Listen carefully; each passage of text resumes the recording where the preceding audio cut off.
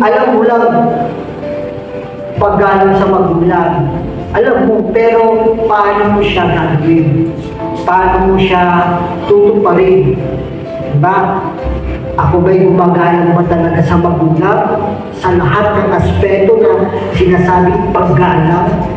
Naiintindihan ba talaga natin kung ano yung kabuuang kahulugan ng pag sinabing paggalang sa magulang? Yung ba yung sinabi niya na upo at susundin natin yung mga utos ng ating mga magulang? Yung lang ba yun? Na meron na kami ipapanood na video sa inyo. Huwag kayong kumurat pa. Sa akin, ang ganda. Unawain mo sa anak ko. At pagpasensyahan. Kapag dala ng kalamutan ng mata, sabihin na akong papagmahal ka. Kapitan ko.